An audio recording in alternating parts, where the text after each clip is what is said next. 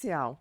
Bom dia a todos. É com imensa alegria que dou boas-vindas a cada um de vocês nesse encontro tão especial aqui na Livraria Martins Fontes. Hoje nos reunimos para celebrar o lançamento de uma obra que toca o cerne de nossa existência cotidiana, Escolhas, uma visão realista do filósofo e engenheiro Pedro de Medeiros. A filosofia, muitas vezes, pode parecer uma matéria distante, uma teoria inacessível, atravessada por muito estudo e conhecimento acadêmico. No entanto, o livro que celebramos hoje tem um fio condutor brilhante, a escrita através de exemplos práticos do dia a dia. Isso traz uma fluidez na leitura que é realmente cativante e nos aproxima de reflexões profundas sobre saúde, trabalho, relacionamentos e política. Falo com diferentes pessoas todos os dias na minha vida profissional e observo um fenômeno curioso. Ninguém está 100% feliz. Todo mundo se questiona o tempo todo. Nunca tivemos tantas opções à nossa disposição, mas, paradoxalmente, nunca nos sentimos tão inseguros em relação às nossas escolhas. Vivemos sob a pressão implacável da escolha perfeita, esmagados pela nossa responsabilidade e pela ilusão do controle absoluto. No dia de hoje, teremos a oportunidade de mergulhar no pensamento de Pedro, que nos convida a abandonar essa busca utópica. Ele nos propõe uma visão lúcida sobre as cadeias invisíveis que nos influenciam e nos encoraja a aceitar a incerteza como parte da maturidade. Pedro, é uma honra mediar esse painel e explorar contigo as inquietações que moldaram este livro. E aí eu começo com a minha primeira provocação aqui, pergunta.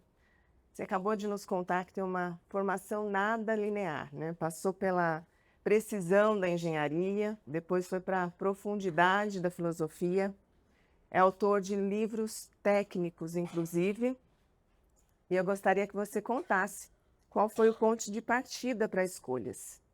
Se houve alguma escolha que marcou a ponto de ser um ponto de inspiração para esse livro.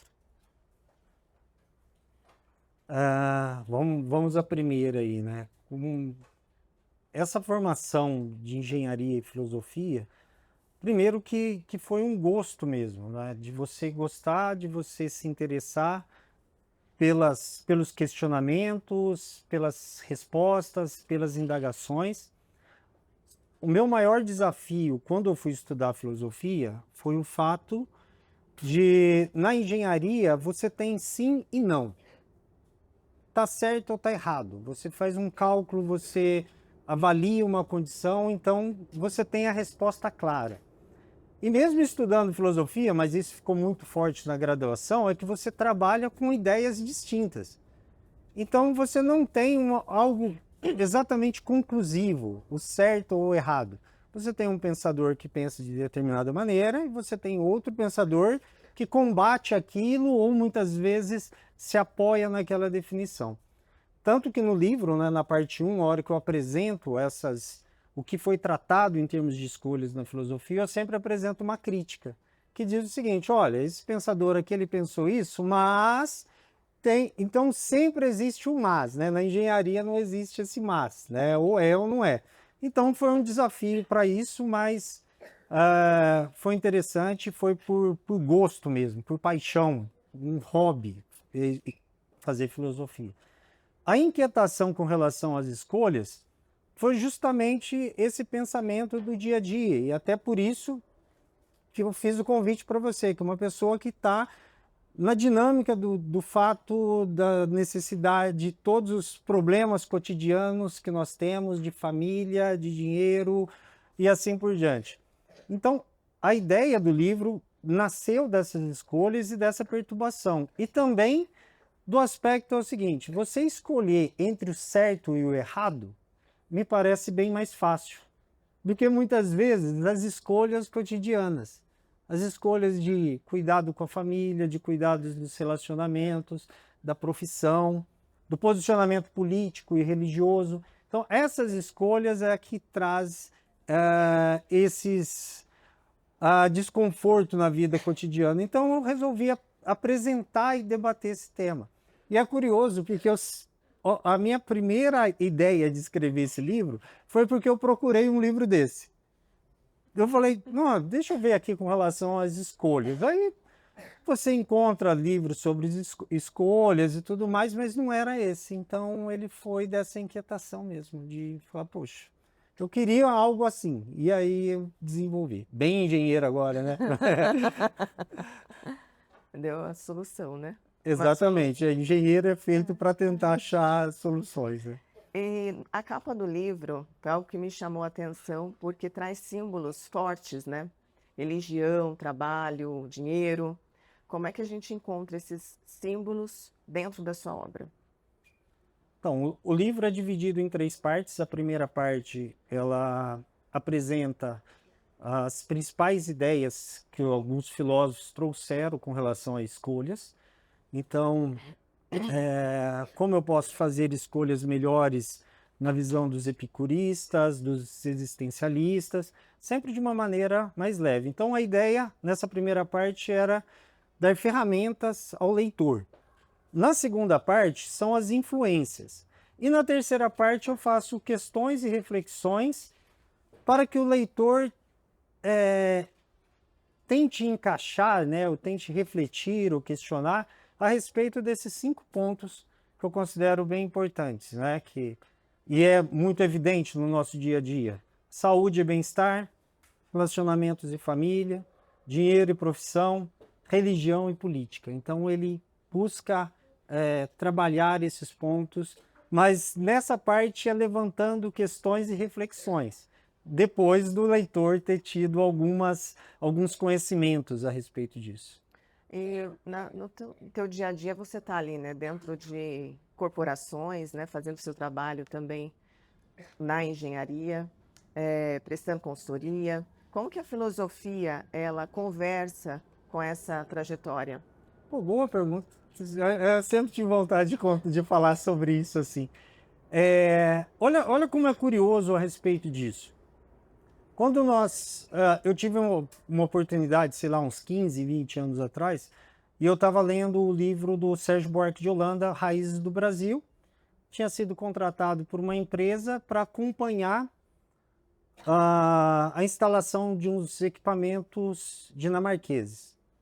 E aí eu tive contato com engenheiros da Dinamarca, e estava trabalhando com eles. E eu vi, e justamente nesse momento que eu estava lendo do Sérgio Buarque de Holanda, ele fala que nós brasileiros tem muitas vezes uma aversão à manualidade, ao trabalho manual. Que é você estar em fazer um trabalho manual, de ajudar a montar peça, de fazer uma medição, e que os engenheiros, e aí eles tendem para os advogados, utilizam somente o anel de doutor, né? Para se colocar nessa situação. E eu percebi que aqueles engenheiros que vieram de fora, meu amigo, eles trabalhavam ali junto com os técnicos. E ao mesmo tempo que ele trabalhava junto com o técnico, ele ia lá, atualizava o cronograma, fazia as reuniões de gestão, isso, aquilo, outro. Eu falei, meu, eu vou fazer isso. Eu falei, olha só, o Sérgio Buarque falou que esse daqui era um problema. O pessoal tem esse problema em campo no Brasil. A maioria dos engenheiros não vão acompanhar a obra, né? Isso tem mudado, sim, mas era uma realidade. E eu comecei a fazer esse tipo de coisa. Eu comecei a vender o meu serviço, como eu era técnico. Mas olha só, baseado... Sérgio Buarque era um sociólogo, né? Mas baseado em ideias, né? Baseado em ideias, eu falei, puxa, olha como isso é importante. Se você for lá em Descartes, né? O método cartesiano para resolução de problemas, que ele fala o seguinte, ó, você tem um problema. Primeira coisa, duvide desse problema, dessa evidência que você tem. Depois, divida esse problema em partes menores.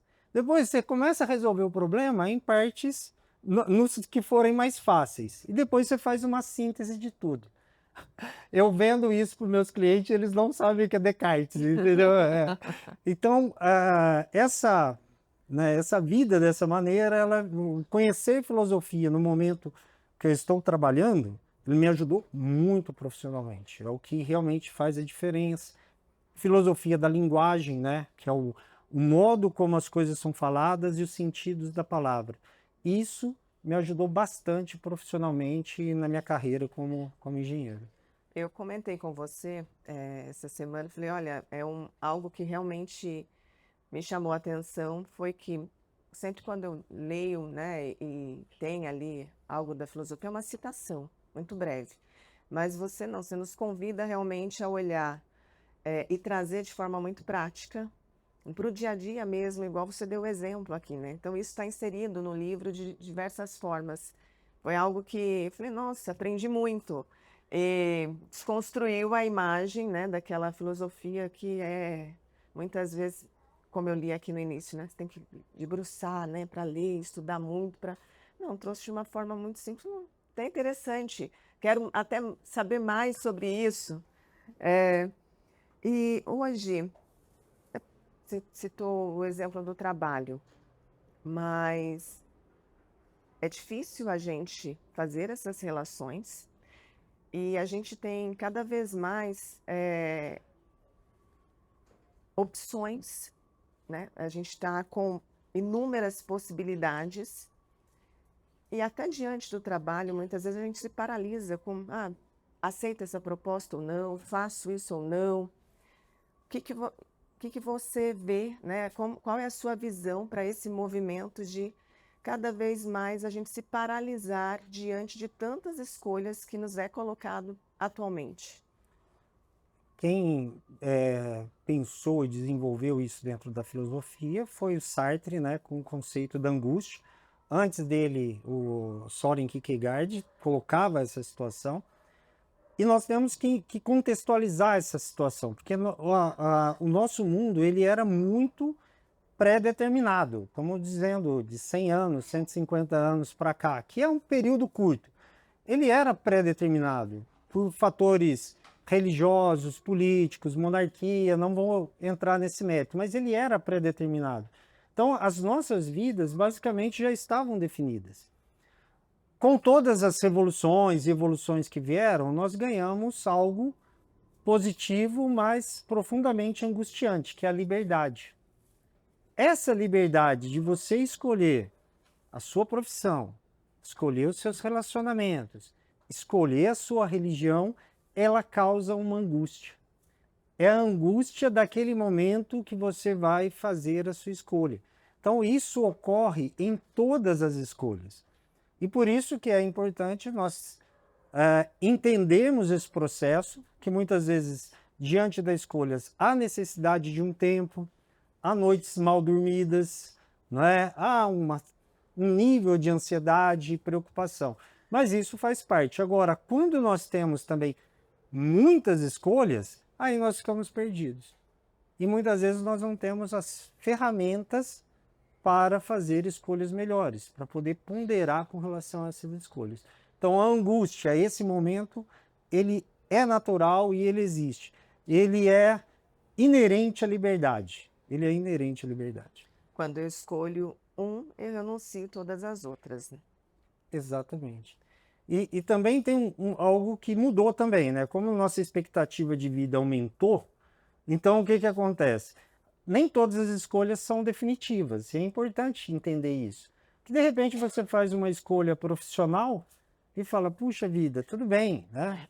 É o menino Luiz, né? Lá atrás, que largou filosofia, mas depois viu que com o passar do tempo, dava tempo de fazer uma outra graduação, de estudar, de escrever um livro.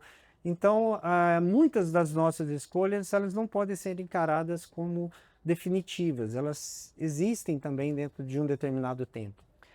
E como a gente desenvolve essa coragem para ter a escolha, mesmo não sendo, né, a garantia de que ela é a correta, para seguir o caminho? Essa foi a ideia da primeira parte do livro, porque a filosofia ela te traz algumas opções com relação a isso. E a gente precisa conhecer. Porque muitas vezes, se você perguntar para o jovem Pedro, né, sobre se ele tivesse lido esse livro quando ele tinha 20 anos de idade, talvez as escolhas seriam diferentes. Mas por que as escolhas seriam diferentes? Porque talvez teria um conhecimento a mais, teria uma visão mais ampliada.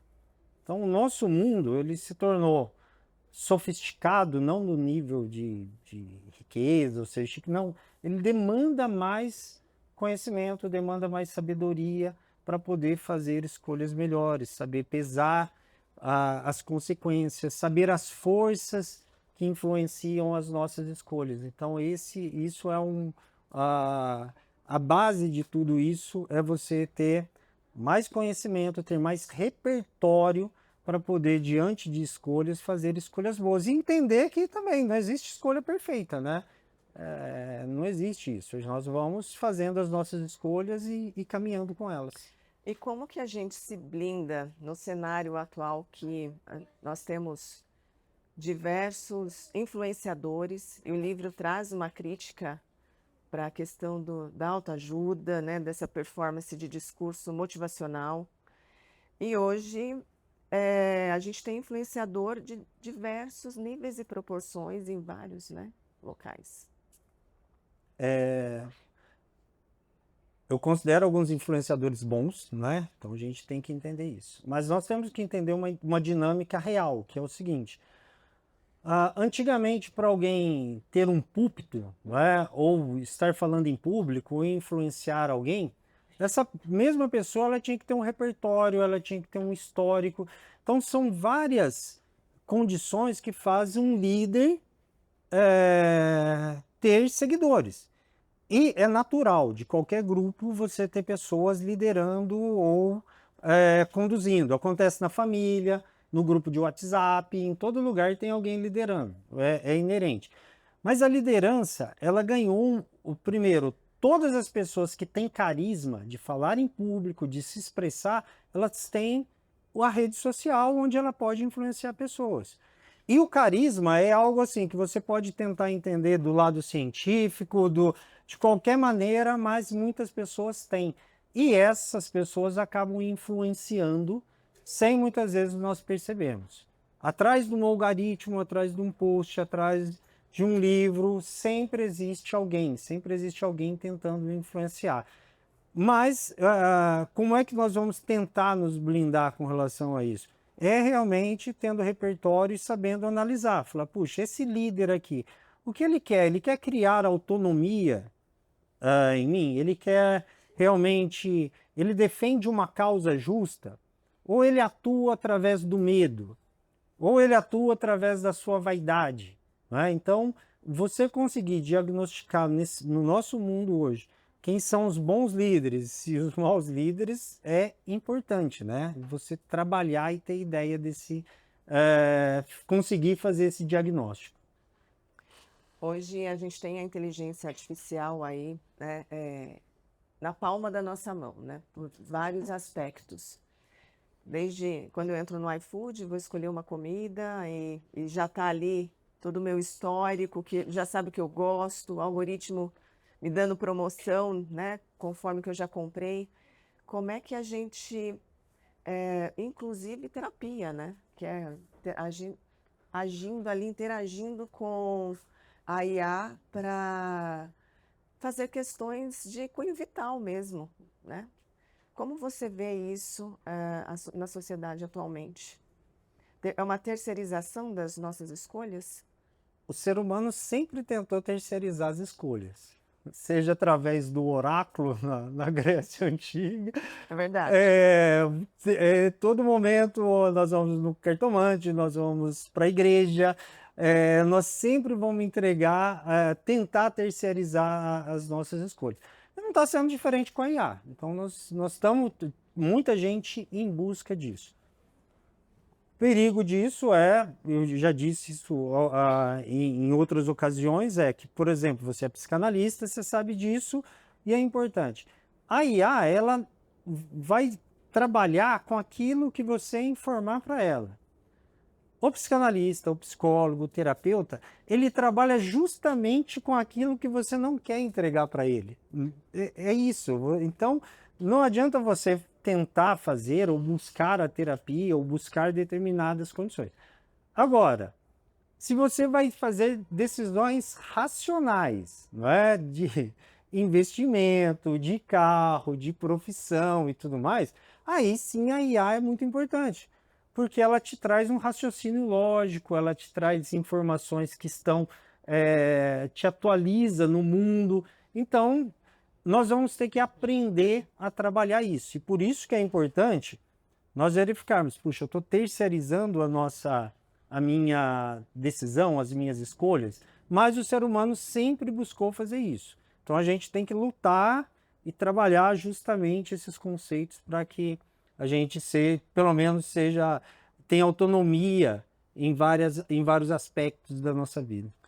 Trazendo um pouco do que você, na linha, né, do que você falou, há umas 2 semanas atrás eu participei de um painel no Web Summit de inovação. E aí foi muito interessante que uma palestrante, ela projetou na tela uma imagem. E aí ela pediu para a plateia, que tinha ali um pouco mais de 100 pessoas, quem tem a IA no celular, pode tirar uma foto e perguntar para ela, dentro do teu chat ali, o que é essa imagem? E todo mundo tirou a foto, eu também, e para mim veio que era uma imagem provavelmente odontológica, alguma coisa assim. E não tinha absolutamente nada a ver. Das mais de 100 pessoas na plateia, 6 pessoas receberam a resposta fiel do que era aquela imagem. Então é muito do que você disse, conforme eu alimento, né, essa IA, conforme o que eu dou para ela e vou provocando ela amplitude de busca, é o que ela vai me responder. Você vê uma sociedade com uma dificuldade de ter autenticidade nas escolhas a partir disso? O que é esse movimento? O que você vê na social mesmo? A gente vai virar uma repetição dos nossos padrões?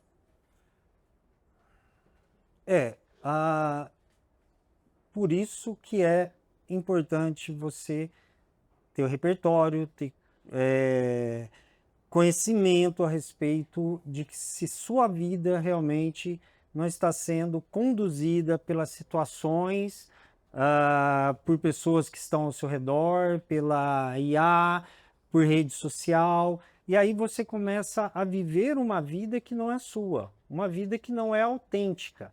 Quando nós dizemos de vida autêntica, não é você falar o que você pensa, querer, não, é você entender aquela escolha e falar assim, puxa, essa escolha, por mais que não tenha sido perfeita, ela faz parte da minha vida. É ela que vai contar a minha história. Então nós temos que realmente ter essas reflexões, ter esses questionamentos, para não viver simplesmente pela escolha dos outros, pela influência das pessoas, ou também de condições sociais, ou mesmo de tudo aquilo que pode interferir na sua vida, nas suas escolhas, naquilo que você está tentando buscar. Mas existe essa perda de autenticidade. Mas eu diria para vocês que é o seguinte, essa perda de autenticidade, muitas vezes, elas são até desses líderes que se apresentam nas redes sociais, que você fala, gente, não é possível que alguém viva dessa maneira. Você fala, não é possível que exista esse modelo de perfeição, esse modelo de vida feliz, né? Não é possível, não é? E muitas vezes essa perda de autenticidade pode vir contaminar a gente. Então a gente tem que estar ligado e nos questionando sempre. É muito o que a gente já fala, né? Isso daí é para o Instagram, né? Isso o Instagram não mostra, isso não está na rede social, né? Tem essa lucidez. Exatamente.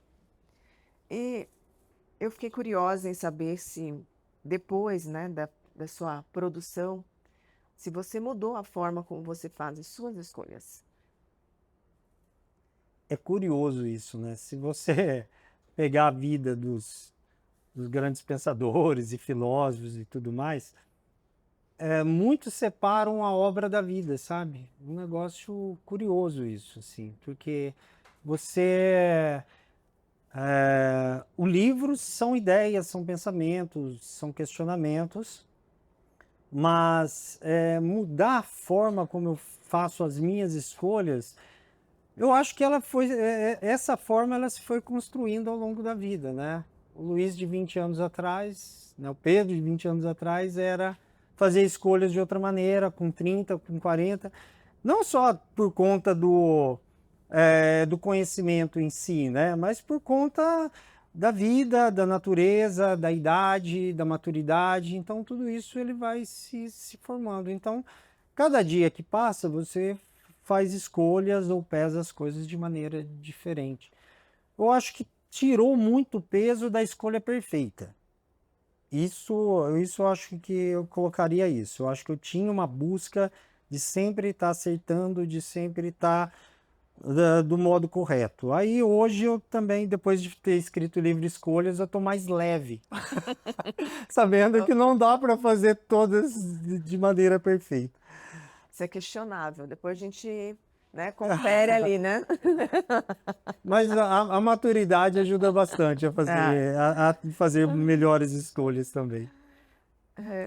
e para todo mundo que está aqui hoje, qual a perspectiva, uma reflexão que você gostaria que ficasse para os leitores que vão iniciar, né, a leitura aqui da sua obra, e que amanhã vão fazer escolhas muitas vezes difíceis no seu trabalho, no dia a dia?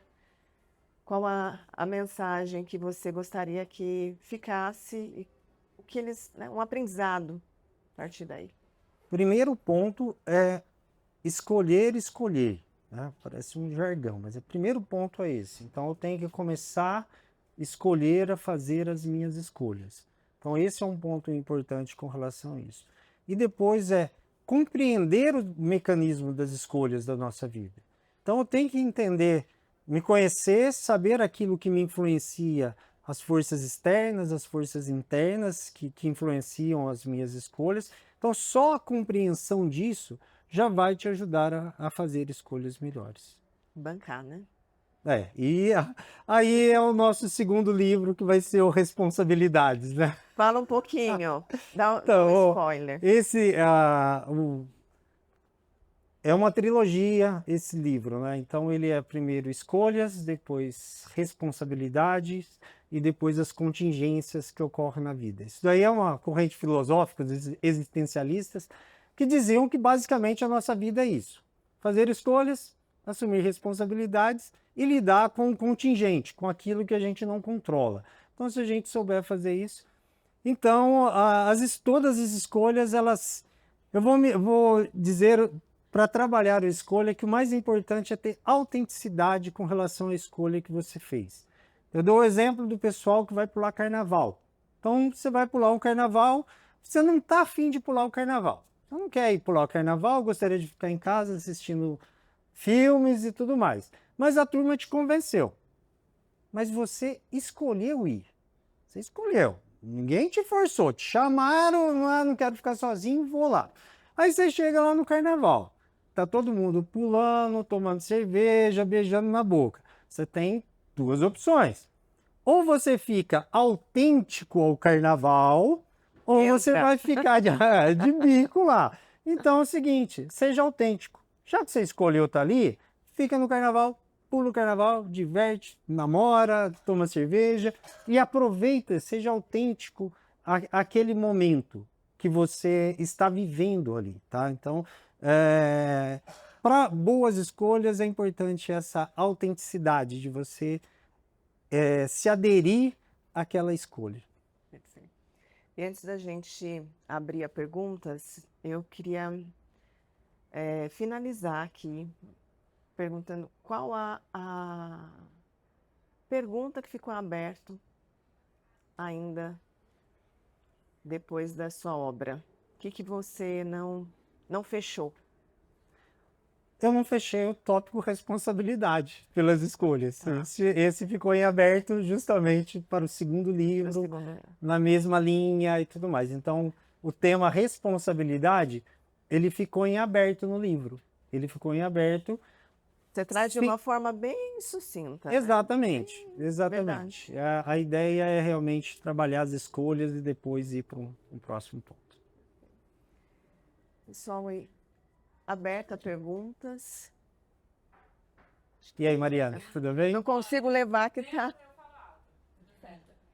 Primeiro, obrigada obrigada pelo convite. Acho que todos nós fizemos a escolha de estar aqui, né, nesse domingo, então uma ótima escolha, nos presenteou aí com essa manhã. Obrigada pelas reflexões. A gente já fez a escolha de comprar o livro de forma antecipada, né, mas meu marido está lendo, mas eu queria convidar para você trabalhar um pouco.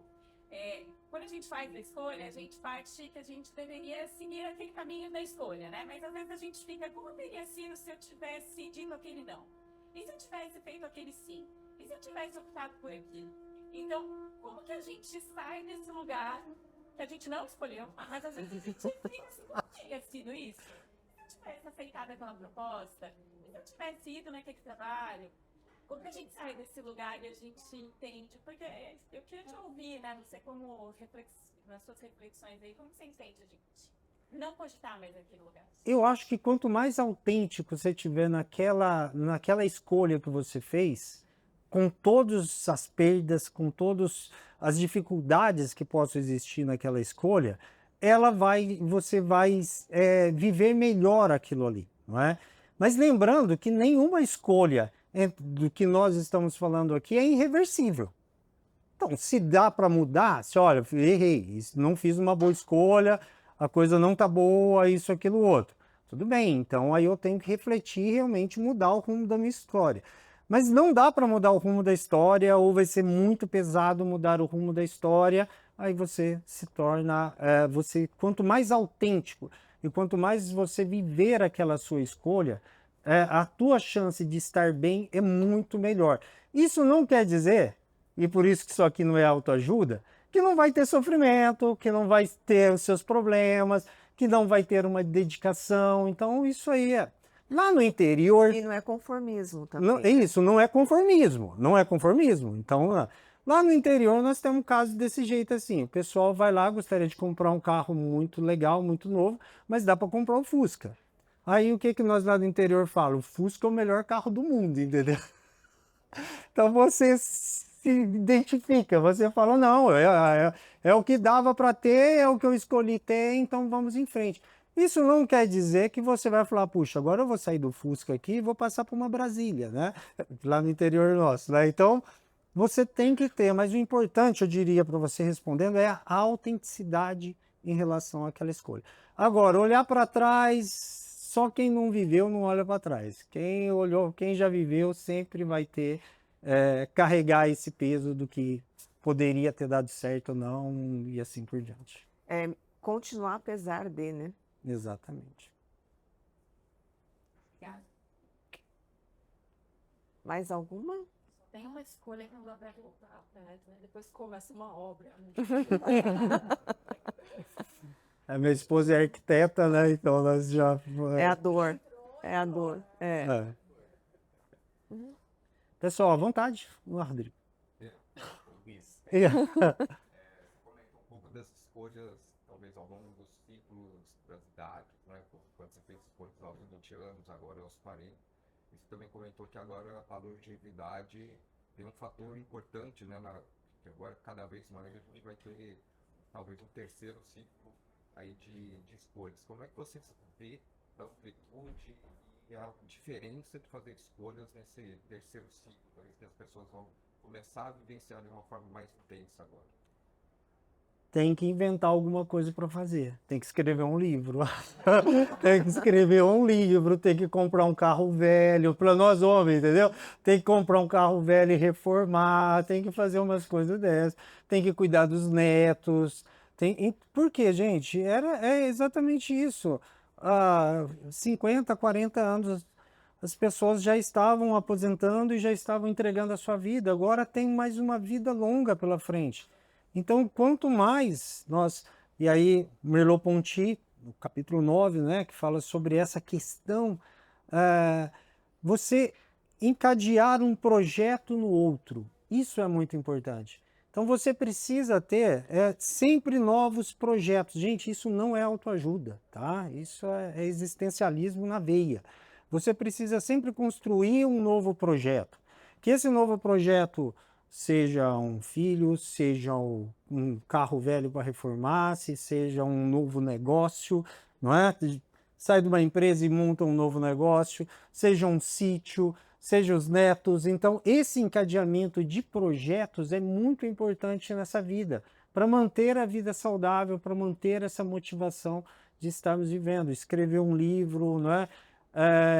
Eu acho que é esse o caminho, Rodrigo. Esse filósofo, Merleau-Ponty, ele discordava um pouco de Sartre, que Sartre, gostado do Sartre, né? Já puxa o R, então é beleza.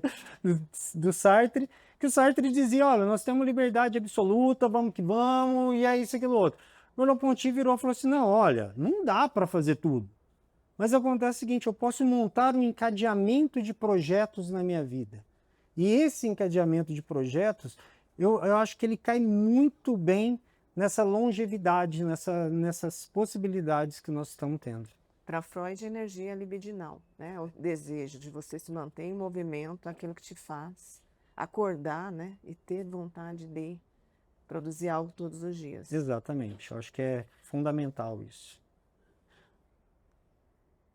Mas, alguma? Acabei vendo, acho que ontem, a parte que você falou sobre a razão.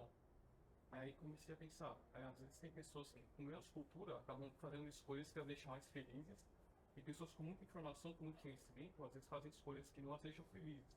Então eu queria te ouvir um pouco sobre isso. Então, aí você está no capítulo 1, né? Que é sobre a razão e tudo mais. Depois do capítulo 2, nós vamos cair lá no epicurismo com relação à busca do prazer e da satisfação. E ele defendia justamente essa questão, que ele fala, gente, se eu tenho uma vida mais simples, eu consigo ser mais feliz. Se eu tenho uma vida mais simples, que eu busco e faço escolhas, principalmente do que é necessário para viver, então, poxa, eu buscando o necessário para viver e eu tendo uma capacidade de me adaptar e entender esse momento, ele realmente busca uma vida mais feliz. Então você tem casos disso, né? Mais comuns dos monges, dos franciscanos e tudo mais, que vão buscar uma vida mais plena através dessa simplicidade e do necessário bastar. Isso é muito, muito bonito e é uma escolha. Por isso que é essa questão. Qual que é o BO nosso? O problema é o seguinte, para quem vive numa cidade como São Paulo, tem boleto para pagar, tem que estar na vida profissional e tudo mais, aí nós pagamos um outro preço por isso. Então aí sim você precisa ter conhecimento, você precisa ter ferramentas para lutar nesse dia a dia. Mas é uma possibilidade, sem dúvida. E eu diria para você que muitas pessoas vivem extremamente felizes com as suas escolhas, vivendo dessa maneira. Por isso que não existe uma escolha perfeita. Porque o que é bom para mim não pode ser que não seja bom para outra pessoa. O importante é ela estar consciente, estar autêntica com relação a isso. Por isso que muitas vezes o pessoal que se entrega a uma vida religiosa, muitas vezes tem uma paz de espírito muito maior do que a nossa. Porque muitas vezes ele se adapta àquela situação. Eu não vou usar o termo conformar, porque seria pejorativo, mas ele faz uma escolha verdadeira de viver daquela maneira. Então, realmente são escolhas e existe sim essa possibilidade.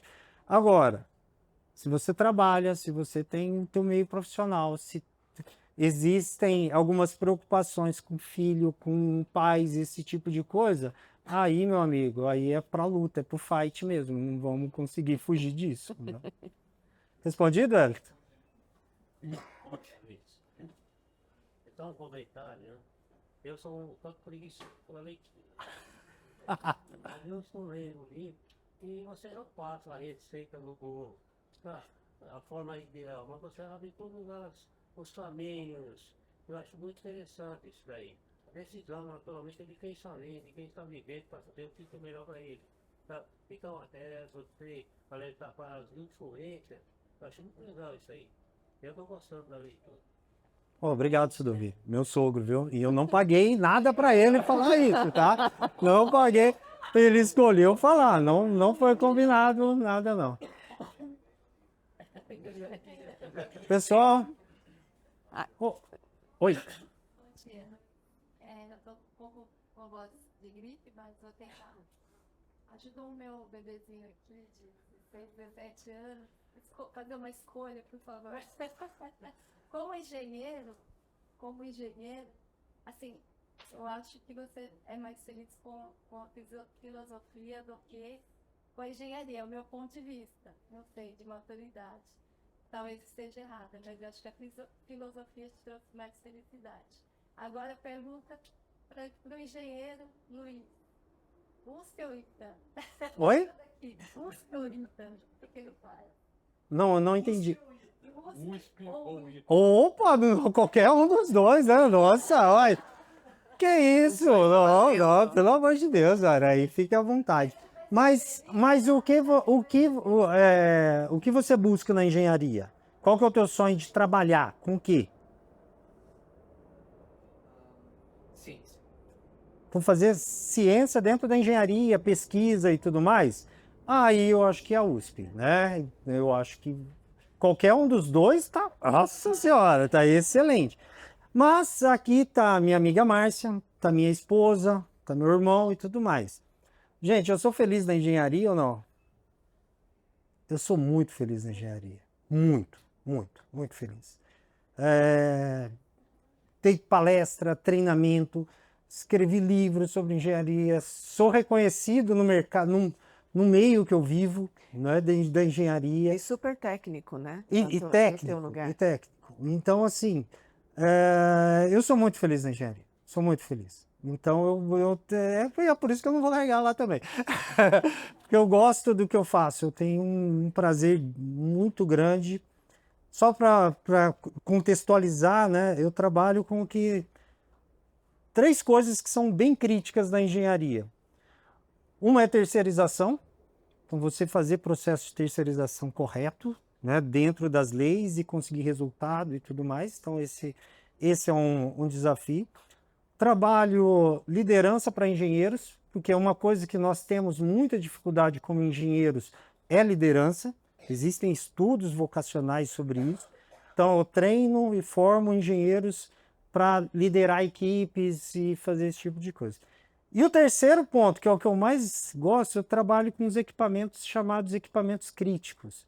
Que são chamados caldeiras, vasos de pressão, esse tipo de coisa. É o tipo... vocês já viram falar que quando um negócio explode numa fábrica e pega fogo? Então, um dos meus trabalhos é evitar que isso aconteça.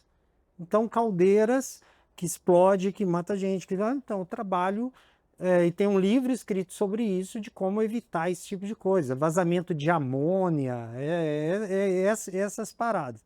Mas, mas o que tem a ver isso com filosofia? Aí quando você olha, fala, puxa, a Revolução Industrial nasceu com isso, né?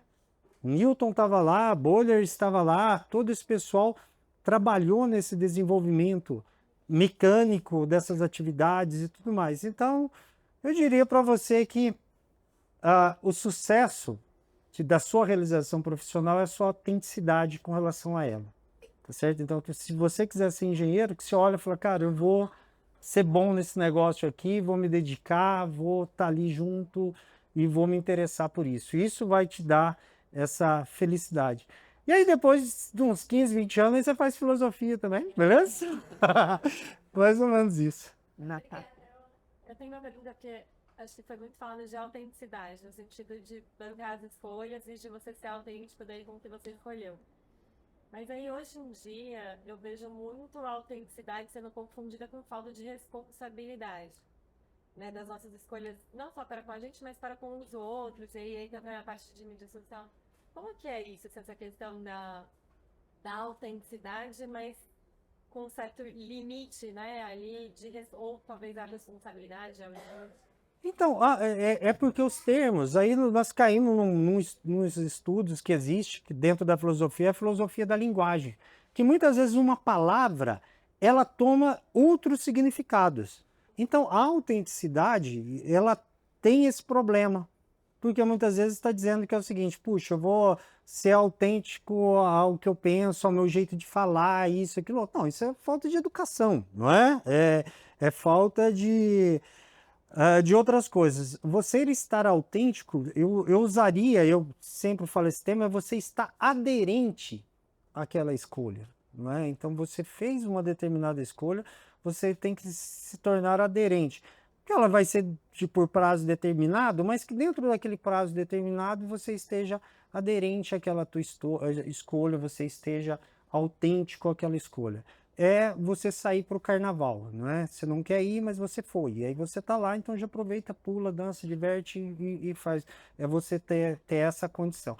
Mas eu confundo que eu concordo com você que a gente tem esse problema de linguagem com relação a essa autenticidade, né? Mas é o termo que a gente tem que usar, mas sempre tem essa explicação. É isso? Sim, sim, né? Pessoal? Porra, não, aí eu não. Ok, vamos lá. O Charlie já acompanha esse projeto há um ano e meio, 2 anos, né? Me ajudou a produzir os podcasts e está fazendo a gravação. Sou engenheiro também, apesar de estar fazendo isso aqui. Oh, mas isso é engenharia, né, meu amigo? De certa forma, sim. A minha pergunta acho que tem um pouco a ver também com as causas que foram feitas. Eu queria a sua visão sobre essa questão de você bancar a escolha, né, de você ser autêntico à escolha, e a questão da ruptura, porque às vezes a sua escolha provoca a ruptura.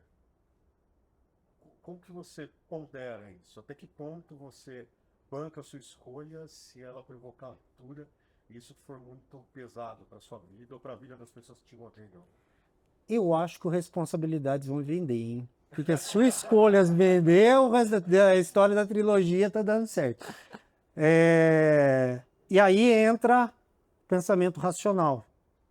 O pensamento racional, ele ajuda a gente a ter ideia das perdas, do planejamento, do que vai acontecer. Organiza, né? Organiza o plano A, o plano B, o plano C. Você já sabe algumas possibilidades daquilo que vai acontecer. Por isso que ela não pode, determinadas escolhas não podem ser abruptas. A racionalidade, né, e o pensamento racional, ele nos ajuda a falar assim, pô, mas aí eu tô sendo frio pra caramba não fazer escolhas dessa maneira. Mas você tem que ser. Porque você parou, falou, olha, isso aqui, eu escolhi isso aqui, eu resolvi comprar esse Fusca aqui, mas todo mês eu vou ter que fazer um reparozinho nele. Olha, eu tô terminando esse relacionamento, mas vai acontecer isso, vai acontecer... Vou trabalhar de CLT. Eu sei que eu tenho horário, eu sei que eu tenho isso, e deixei determinadas coisas. Eu sei as perdas, eu sei que pessoas vão sofrer, eu sei de algumas consequências. Então, a racionalidade vai nisso. Então, tem duas partes, dois capítulos na primeira parte do livro, que traz essas ferramentas. Então, capítulo 1, que fala sobre a razão, né, essa bússola interior, você conseguir pensar nisso. E uma teoria que é o utilitarismo, como corrente filosófica. O que é o utilitarismo? Quando eu faço escolhas que diz o seguinte, olha, eu vou tentar maximizar o que é bom, minimizar o que é ruim. E vou tentar fazer o máximo que isso daqui se transforme no maior bem possível para as pessoas. Se não der, algumas pessoas vão ser penalizadas. Então, a racionalidade e o utilitarismo nos ajuda a fazer escolhas já prevendo essas perdas, tudo isso, essas rupturas, porque é inerente, ela vai acontecer. Isso é a vida, né? Não deixa de ter sofrimento, não deixa de ter É a vida. o emocional, né? Exato. É isso, pessoal? Isso. Deixa eu dar... Ah, Oi, desculpa. Tudo. Adoro filosofia, também sou da área de exatas, né? Ah, que legal. E vem muito do mundo corporativo. Eu leio bastante sobre filosofia, a gente fala muito sobre ética e moral. Sim. Essa é a essência, né? Quando a gente vai principalmente pós-pandemia, né, a gente viu uma mudança comportamental muito forte no mundo corporativo de forma geral. E aí eu falo que são os puxadores de tapetes, né, que se criaram quase como profissionais, né? Aí começamos a falar de narcisista, relacionamentos tóxicos nas empresas. Eu queria saber seu ponto de vista sobre a parte, se esses puxadores de tapetes, para não falar de outros jogos, eles possuem ética e moral, ou se estão em busca do melhor somente para eles. Não vamos falar de responsabilidade, que vai para o teu livro mesmo, que aí acho que você pode fazer uma trilogia só de responsabilidade. Mas qual é o seu ponto de vista sobre esses puxadores de tapetes versus a filosofia, né? Olha, o campo da ética e da moral, ela está ali entre o que é certo ou errado e o que é o bem e o mal, não é? As corporações, pelo menos as que eu atendo, elas tentam buscar minimizar isso através de compliance, através de canais de denúncia. Não tem gente dessa área, faz de conta que funciona. Então, Assim, eu falo que os outros pensam. Mas olha, e aí entra em contrapartida do que o Wellington falou. Então, o que acontece? Nós fazemos as opções de escolhas e de estarmos e de necessitarmos de estar no mundo corporativo. Então, lá é realmente briga de gente grande. A gente sabe disso, não é? Então, nós temos que também lutar com as armas que nós temos para tentar resolver e diagnosticar essas situações. Então, essa questão com relação ao utilitarismo, em questão com relação ao pensamento racional, ele vai trazer isso para nós. O mundo não vai mudar. Eles vão estar lá degladiando, colocando dificuldades, dificultando, e a gente vai ter que saber lidar com essa situação. Mas né? eles têm ética, eles têm moral deles. Exatamente. Mas aí o que acontece é o seguinte, ética e moral, elas estão pré-definidas. Elas estão definidas, certo ou errado. Se essa pessoa está usando de coisas erradas para subir na carreira, ou fazer isso, ou fazer aquilo outro, a gente vai ter que lutar e demonstrar isso e também degladiar lá. Isso faz parte de quem está no mundo corporativo. Não é uma briga de faca. Então, se olha, era para fazer desse jeito, não fez, o outro falou, era assim, assado, esse relatório que você apresentou aí não está correto. E aí eu diria para você assim, que realmente isso existe no nosso meio, e se nós escolhemos estar ali, e eu sou um deles, a gente está lá lutando, não fazendo nada de errado, mas também não dando bobeira, para não usar outro jargão nosso mais pesado, né? Não dando bobeira. Te ajudei? Não, eu só queria provocar e ver o seu pensamento. Tá bom. Já fez? Que ótimo! Parabéns, legal.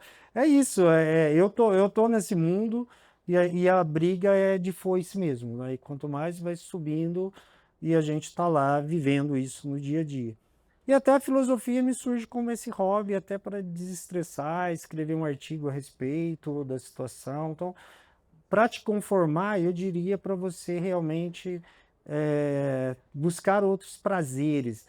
Eu diria, uma das escolhas, que eu também falo isso, quando a gente devota somente o nosso coração para alguma coisa, isso também machuca demais, porque qualquer coisa vai decepcionar a gente. Infelizmente, muita gente devota a sua vida a uma carreira profissional. E não pode ser também, né? A gente tem que buscar prazeres em outras situações e circunstâncias. Pessoal, de separar também, né? Pessoal profissional. É isso? Isso. Gente, fique à vontade. Temos- Deixa eu só fazer... Opa! Oi, meu nome é Thiago. Eu queria só entender sobre a filosofia, uma situação de filosofia. E se você tem, eu enxergo um limite, principalmente nessa razão cartesiana. Queria entender como você aplica a filosofia, como você estuda ela. Então, você, ao estudar, procura mais a racionalidade ou mais cartesiano assim, ou enxerga outros modos de pensar? Seu nome é mesmo? Tiago, né? Tiago, eu diria para você o seguinte, Tiago. Quando eu estudava filosofia, depois eu falei, poxa, se tivesse me falado isso antes, eu tinha começado certo. Então, você mandou uma pergunta boa. Se você gosta de filosofia, eu recomendaria você começar a estudar a história da filosofia. Tá? Tem uma coletânea, né? Os livros de filosofia são uma coletânea, né? Do Bertrand Russell, que são 3 livros. E ali ele te conta a história da evolução do pensamento. Por que que é importante isso? Porque a hora que você vai lá estudar Descartes, ele está combatendo um outro filósofo que veio antes dele e plantando a semente para o outro. Então, o que você critica nele, provavelmente alguém lá na frente também já criticou. Então, você entender a história da filosofia, que vai passar por vários correntes de pensamento, ela te ajuda você a entender a filosofia de uma maneira mais fácil. Então, eu recomendaria você a começar pela história da filosofia, porque aí você vai passar por todos, ter uma visão geral, e aí você aprofunda naquele que você se identificou mais ou tem mais questionamento. Pode ser? Então é isso. Muito obrigada a todos. Um instante, gostaria de fazer um agradecimento ao Felipe Colbert, que está aqui, né?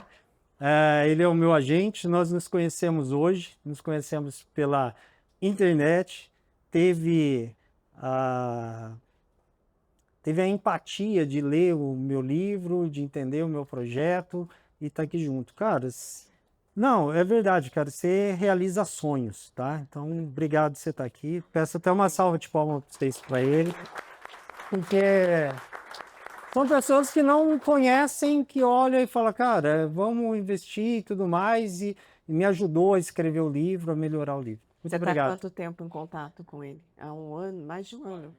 Mais de E um hoje ano, que quase 2 se anos. conheceram pessoalmente. Legal. Tem um ano, né? Já. Exato. Mas a gente começou a conversar faz uns 2 anos, quase 1 ano e meio, por aí. Então, muito obrigado, cara. Parabéns, Legal. cara. Belo trabalho seu.